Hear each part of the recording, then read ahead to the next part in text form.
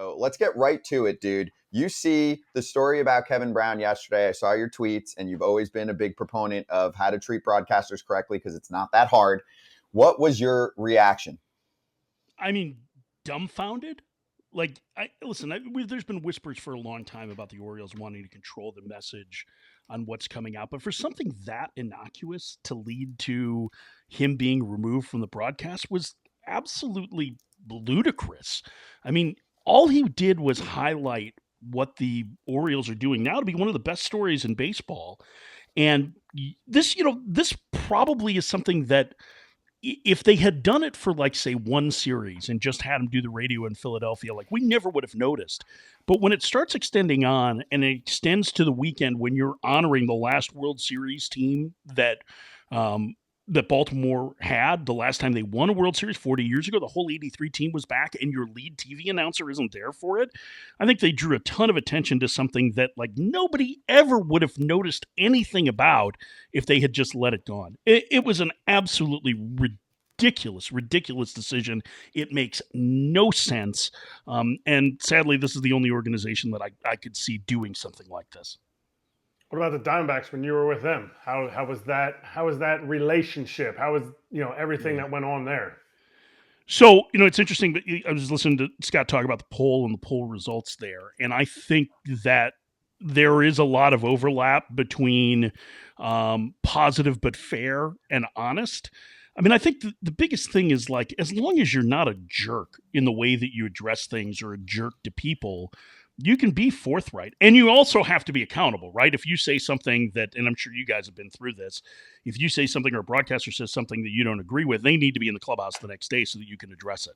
Like, those are the biggest things. And otherwise, like, I was never told what I could and couldn't say, really. Like, maybe there were some hot button issues off the field that that they weren't excited to discuss, but it wasn't anything that would take away from the game broadcast. That level of, and quite frankly, this is censorship on the Orioles' part, is very, very rare, I think, on team broadcasts. I don't think that very often there are meetings between the PR staff or the communications staff or the broadcast director and their broadcasters about what can and can't be said, because, like, in the end, you're calling a baseball game, right? Everything in baseball happens out in the open. We all see it. We all know what's happened. We all have the internet. We know what the history is.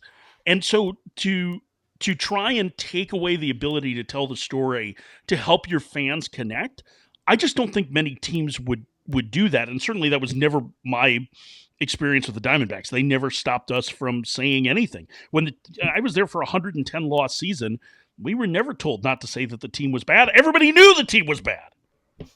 and those meetings you have, are those meetings like about things that you did say? So is it like reactive things or is it proactive? And could he have had a meeting where it's like Kevin, talking about Kevin, where it's like, hey guys, don't talk about this, but then everybody else missed the boat because they wrote a whole graphic on it and everything.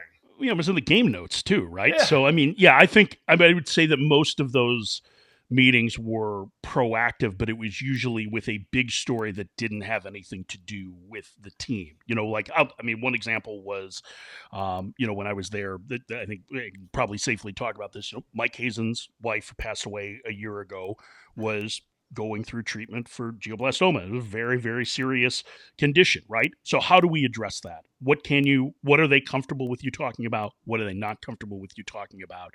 Those things, I think, are important. And that's part of, but in that case, that's part of being respectful to their family, right? So I would say that most of those discussions were proactive in that regard. Every once in a while, someone will get called on the carpet for something that they've said. But what happens is, ownership, front offices disagree with broadcasters. They address it with them, just like a player would with a writer in the clubhouse, and then they move on. That's how you do it. You don't take your broadcaster off the air and not call it a suspension for 2 weeks for pointing out that the team is good and that they weren't 2 years before. Mike, why is it so hard for some owners to just, like, very simply do the right thing that is so obvious and done by most of their peers? For example, we've talked about this and you've been very vocal about this. who is it? The Angels and the Blue Jays. Are they still not traveling their broadcasters on the road, or was this something that went on for years and finally got fixed? Because I honestly stopped keeping track, because for a while it was a problem with many teams. And then it eventually went down to, all right, who's cheap as shit still? Yeah, so the Angels and Blue Jays do not travel their radio broadcasters, and I think we've all probably done remote broadcasts in this. You can speak to as well as anyone the challenges of it. And it's not just in calling the game. Really, the access is what you lose, right? You lose access to players to be able to tell stories, to connect your audience better to the product. So yeah, those are the two spots that I mean, they still stick in my craw. I mean, Rogers, who owns the Blue Jays and owns the radio station, is one of the biggest telecommunication firms in the country. And the Angels play in the second largest media market and have the two biggest stars in the planet. And yet you can't spend the relative pittance it takes to travel radio broadcasters over the course of the season. I don't know why owners can't make that decision. I don't know where their lines are in the sand for what constitutes good and bad spending. I've never been in that position before, right? But it seems to me that the tens of thousands of dollars that are being saved are a bit ridiculous. And I should add this to it. I mean, as long as you're talking about owners being cheap in that regard, and that seems to have been, at least from Britt Giroli's reporting, what the Orioles' concern was. Remember, the Orioles didn't travel their television broadcasters to start last year and their radio broadcasters for most of last year in an effort to save those tens of thousands of dollars. And in the end, my guess is that with the amount of technical work that had to go into it, they may have they may be better off having traveled their broadcasters this year than not having done it. So I don't know where those lines in the sand are. I think you're devaluing your product, you're devaluing your connection to your fan base, you're disrespecting your fans by not giving them the best product possible. And I think all of those things are short-sighted, especially when we're watching this kind of baseball renaissance happen and you're wanting to try and grow your product. The best way to do it is to not cut corners on something that is so simple.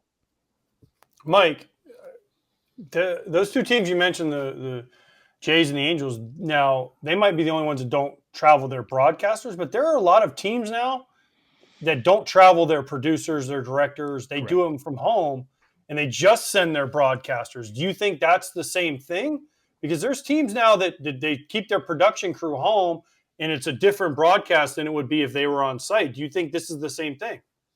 Yeah, I think it definitely makes it more challenging, right? I mean, you've done TV broadcast, AJ, with both on-site and off-site production, and there is something that's lost from not being there. I mean, I think like the difference for me as a broadcaster, I need the access, right? Because I want to be able to tell the stories that I need to tell in order to connect with the audience. For a producer and director, I think there is something to be said for having the elements of being able to meet face to face with talent before the game, or be able to get a feel for the ballpark or what's happening, that you lose from just having that there. I understand that there are cost cuttings that are going on around TV and radio because of the way that the world is changing and the way dollars being spent are changing. But I feel like even when you're talking about producers and TV directors, when you still have to rent a truck right on site to be able to do this, the cost savings are so minimal for a team over the course of the year. I mean, listen, just on the broadcaster side, I don't know what it would. I mean, let's say you travel a graphics person, a producer, a director, you travel a stage manager, right? So you might travel like 4 behind the scenes people. And let's say you're traveling a radio engineer, and 2 radio broadcasters, right? So that's like 7 people, let's say 8 people in your traveling party, just to give it a little bit more wiggle room. I mean, the cost to do that was probably less than most of your paychecks, AJ. I mean, to be real honest, I'm not trying to be glib in this. Like, it just is not that much money in the end to do it and do it right. No, I agree. Listen, I think you're right. I've done broadcasts from right here where we're sitting. I've done many of them where I'm watching the game on a monitor and the game is happening somewhere else and my partner's somewhere else. There's a guy a producer, Brad. I'm going to say Weimer. Brad and I work together. Yeah. But it's Brad Weimer, right? Because we just had Joey Weimer for the Brewers, so it was a big confusing thing. But Brad Weimer, right? I've worked with him for like 3 or 4 years now. I've never met him. Yeah. I've never met. It's a running joke now in Fox that Brad and I have worked together for like 3 or 4 years, and other than on a Zoom call, never met him in person, never seen him in person, nothing. But we talk, we have a game, we'll talk all week and this and that. And it definitely is a different feeling when you walk in. You walk into the truck as a broadcaster, your producer's there, your director's there, BA, AD, the graphics people, whoever, and they're sitting there and you go, hey guys, how's it going? Oh, what do you want to talk about in the open today? Da-da-da-da. You bounce things off each other. Oh, what about this graphic? What about this? Cool. Okay. All right. Yeah, let's go to dinner the night before and talk about something, right? It's a different feeling. It's more of a team feeling, and I get it. I get why they're doing the savings thing, but at the same time, it makes you feel better as a broadcaster when the people are there. Plus, it just feels like there's less things that can go wrong. Yeah, I totally agree. I think troubleshooting becomes much easier too. But I will say that having known Brad as long as I have, you're not missing anything by not meeting him. Hey, Mike, so let's finish with this, okay? Kevin Brown comes back on Friday, and he's had a ton of support. Like, don't do something so dumb against a broadcaster well-respected by his peers, and everybody is on their own shows for hours every day. Like, pissing off broadcasters in a way where it's a very one-sided debate does not sit well. How do you think this plays out? Because I know how petty John Angelos is. Like, does Kevin Brown come back and not say anything? Does he have to be careful about what he says? Because this is his livelihood. I know for a fact the Orioles pay way less than they used to for broadcasters. And there is this smug aura about John where he's like, well, there's so many people that want to do this job. I can kind of treat them like shit. So how do you think this kind of plays out now?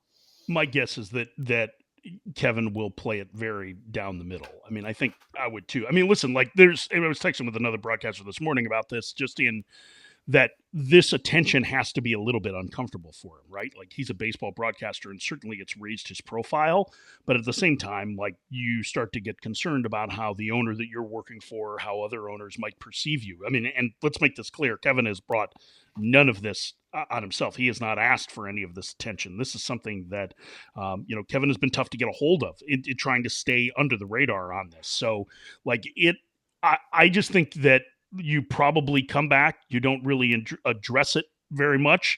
I don't think that there's much that you can do without running afoul of the guy that's making the decisions, because we've already seen that he's not a rational actor when it comes to making decisions on whether or not somebody should be on the air. So I think you play it as straight as you possibly can, and you just try and stay out of the way as much as you can do that to put together a good broadcast and the broadcast that Orioles fans deserve on this exciting team. Like, that's the worst part of this whole thing, right? Is that, like, all of a sudden John Angelos made this about himself. He didn't need to do that. This team is really fun, really exciting. We shouldn't be talking about their damn ownership. You're right. And we only have like a minute left, but the last thing I'll say is I do disagree with you on one point. I do not think the Orioles are the only bad offenders on this front. I've heard weird stories. And the other thing is I've probably spoken to about 5 teams over the years, maybe more, about job openings for their TV broadcasts. So I'm not going to point one out in particular right now, but I remember one in particular. They were going through a tough rebuild, and we had a long talk about how you would be able to sell that, which I get it. I get parts of it, right? You're not going to sit on the broadcast every freaking night for 3 hours and be like, we suck, we're tanking. So like, I get the conversation, but it went really, really far. And I was like, oh my God, I didn't show this when I'm sitting there with them. But eventually I'm like, I get it, guys. We know that you're rebuilding right now. We know how to talk about it. I worked for the league for fucking 11 years. Right. I mean, I think that's the thing is, like, I just think that what they have done, like, I think you're right. There's probably more teams out there that would do this. I just think the level that from what I understand, the ridiculousness with they think that that ownership group is being put in the crosshairs is like, I don't think there's any other ownership group that feels that way about it. I'll just leave it at that. I think that they perceive everything as a slight against them, even if it's a positive on the team, which I don't understand. That doesn't make any sense. No, you're right. It's like a Stone Age mentality. Mike, awesome to have you on, dude. Great to see you on here. Thanks for joining us, man. Appreciate the time on short notice with a story that obviously was super important to us. Yep, my pleasure. Take care.